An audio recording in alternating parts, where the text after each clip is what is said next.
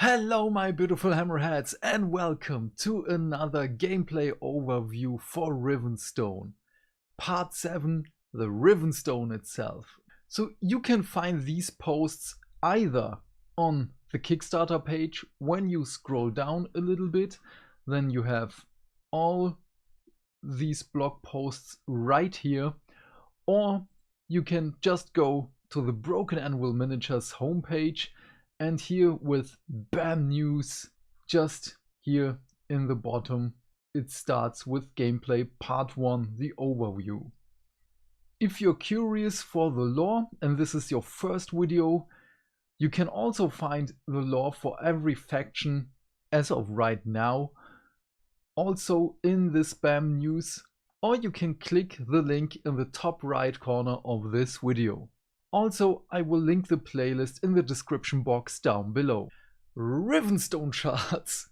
The material that gives the game its name is a very powerful resource and one of the main things you will battle opponents for control over. The shards of Rivenstone that empower your models during a battle are harvested from Rivenstone Deposits and represented by tokens as we discussed in our last video. Each player has their own reservoir of shards, and any models in their warband can consume those shards. In other words, you don't track which individual model is holding which shards in your warband. Rivenstone Deposits. Shards are gathered from Rivenstone Deposits, which are represented on the table by awesome looking 50mm miniatures. Each scenario you play includes a map that tells you where the deposits are located on the battlefield for that scenario. Rivenstone Eruptions and Harvesting Shards. At the end of each player's turn in the clash phase, that player chooses a Rivenstone deposit to erupt and follows these rules for harvesting shards. We'll talk more about the clash phase in a future video, but this is the main phase of each round where players alternate taking turns to activate their models. The player whose turn is ending chooses a Rivenstone deposit that does not have an exhaustion token on it, then places an exhaustion token on it to indicate its eruption. Next, the player rolls the shard die. Starting with the player who placed the exhaustion token, each player chooses a model to harvest a shard. For each shard icon rolled, each player can choose one model within range of the erupting deposit to harvest. The range of the eruption is indicated by the result of the shard die roll, and the chosen model must have an ingenuity stat of 1 or greater.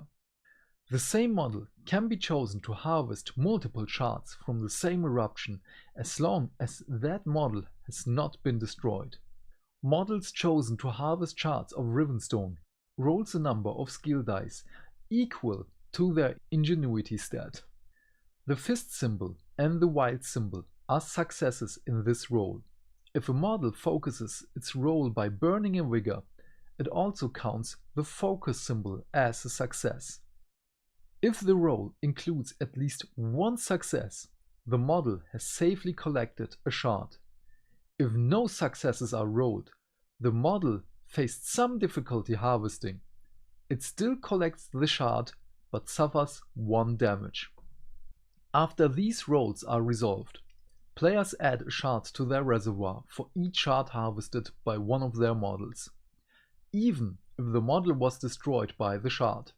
This means that when you choose to have a model harvest a shard, you know you're gaining one, no matter what.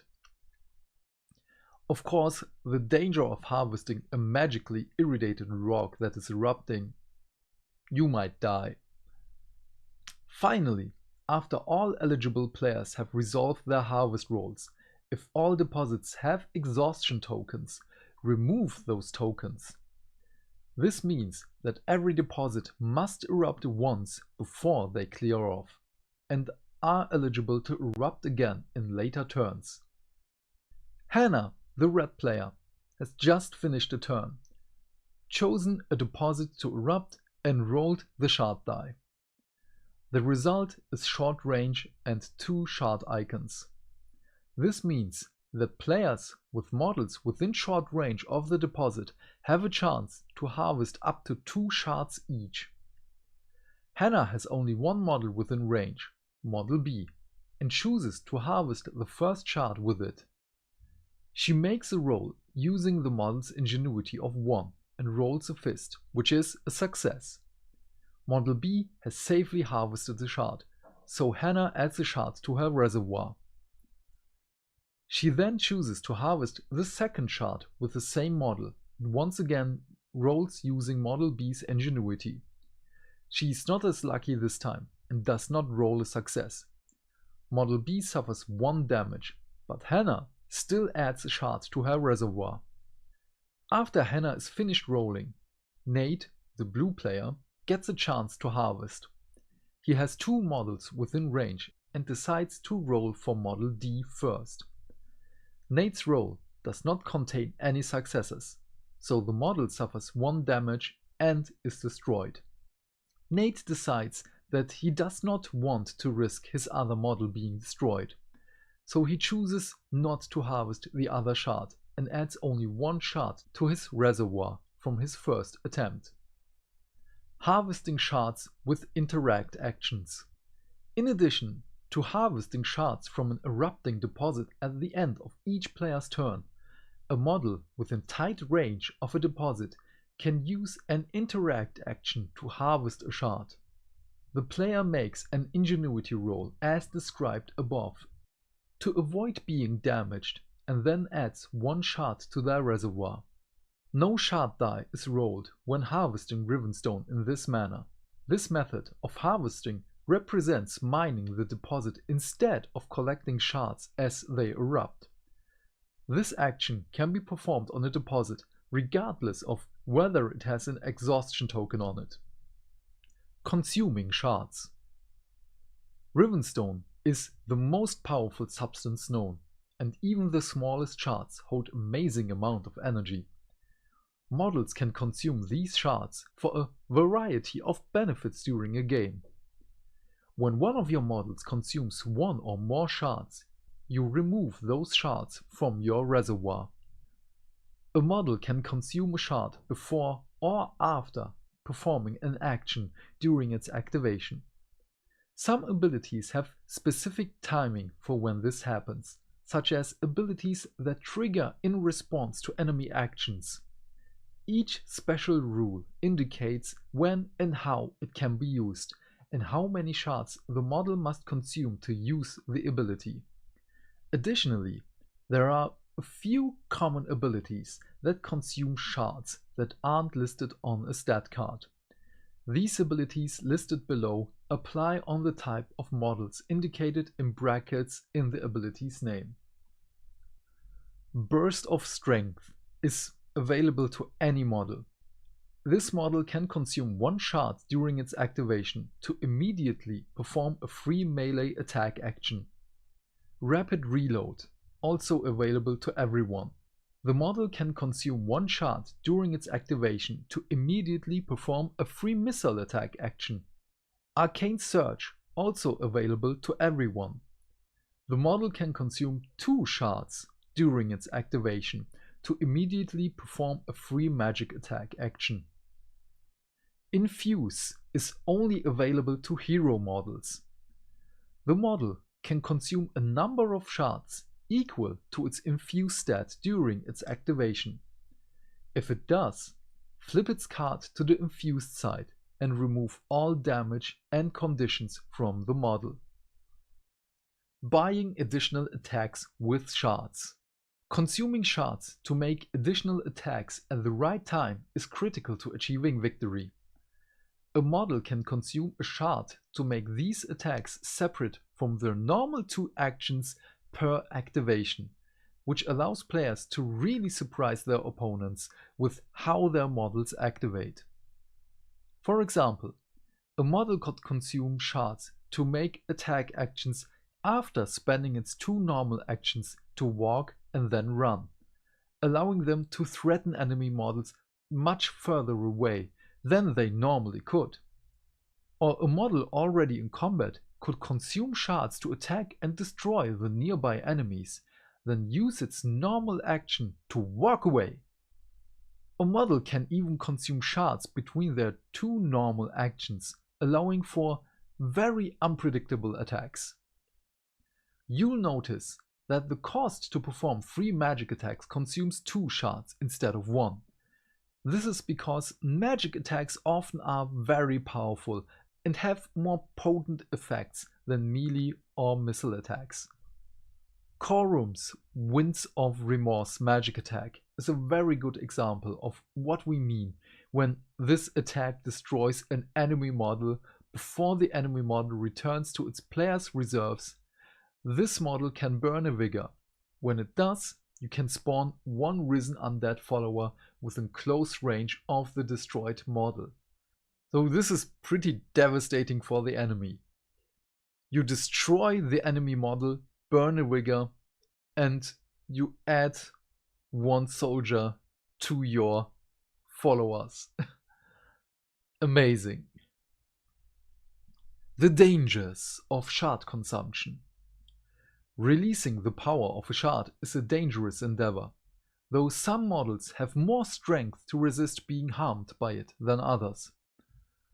A model can consume any number of shards, but each type of model has a threshold stat which determines how many shards it can consume in a turn before suffering damage. The threshold of each model is usual followers 1, veterans 2, champions 3, and legends 4. Let's go back to Korum as an example. He is a risen champion, so he can use 3. When a model consumes 1 or more shards to use an action ability or effect, and the number of shards it has consumed for the turn exceeds its threshold, the model suffers damage. This damage is equal to the total number of shards it has consumed over its threshold value for the entire turn.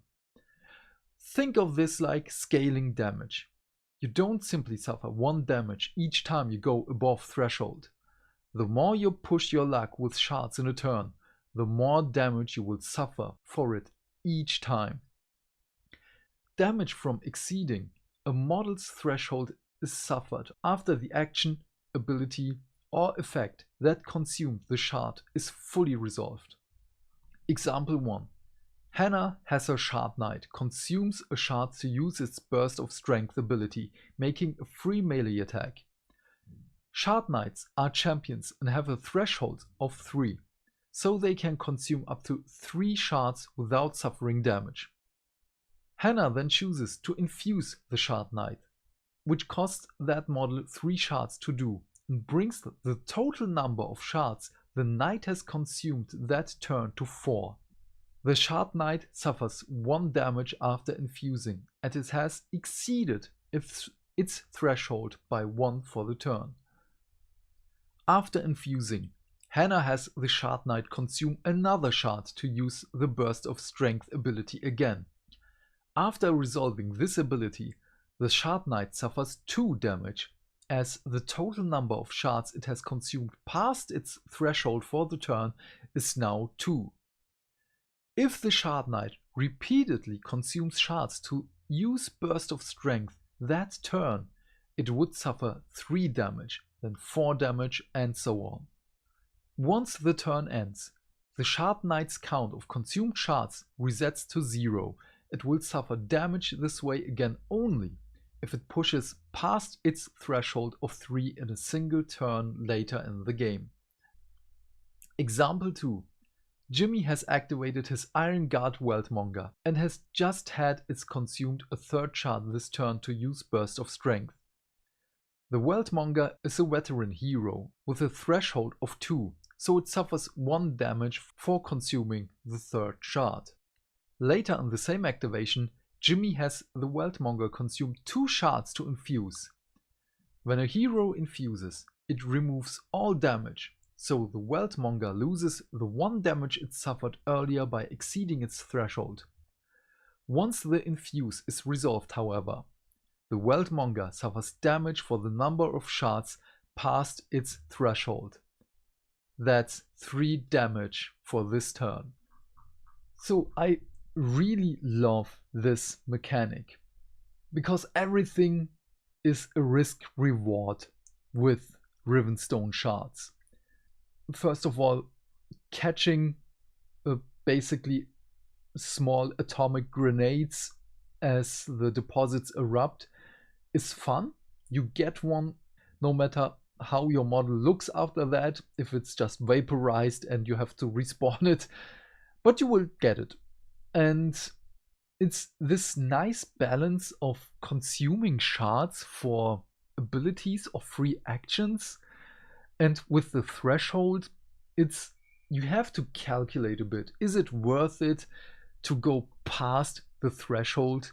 Do you really want to do that? And if yes, go for it.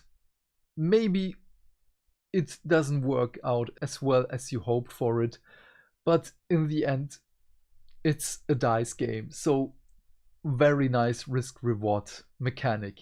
I love this. But what are your thoughts about Rivenstone, the mechanic? Please leave your thoughts and questions in the comment section down below. I am keen to know what you have to say. And while you're down there, do all the YouTube stuff, because hitting buttons is fun. Have a great day, my friend. Stay fantastic. Stay hydrated. And I will see you in the next video. Bye!